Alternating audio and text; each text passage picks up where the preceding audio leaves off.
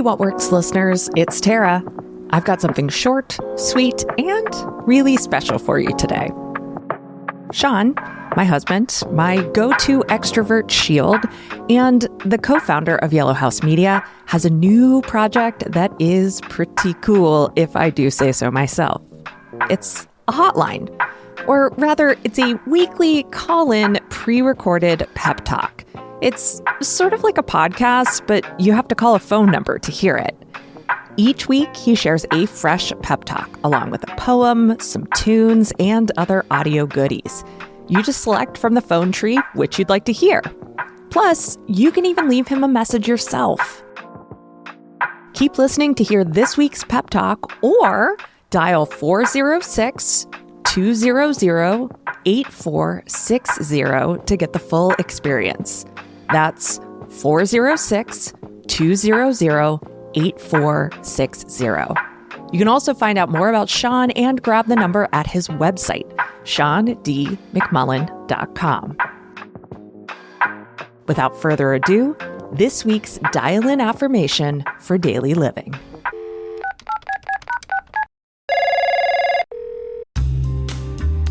This week, I fell back in love with my bicycle. I haven't been riding my bike as much these days. And for me, that is a really big deal. All of my life, bicycling has been a foundational part of who I am. Ask anyone and they will tell you, Sean is the one who keeps the fun between his legs.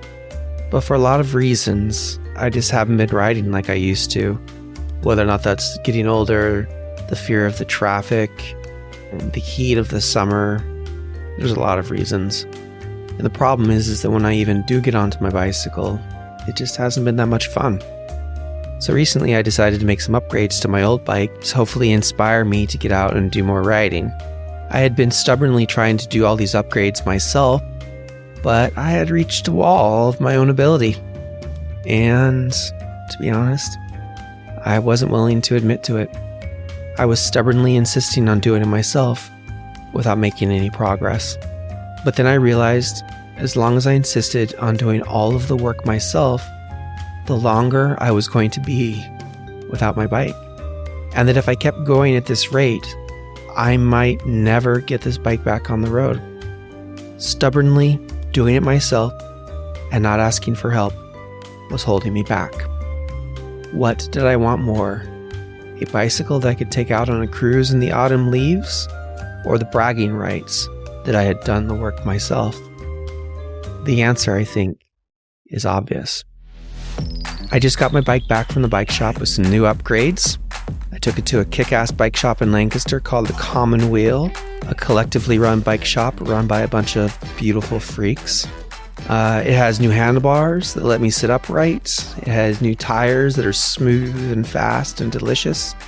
And of course, a general lube, because doesn't lube just make everything better? Now don't get me wrong, DIY is still the way to go.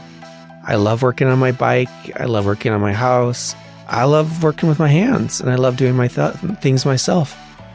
But good golly, did it feel good just to be back on my bicycle.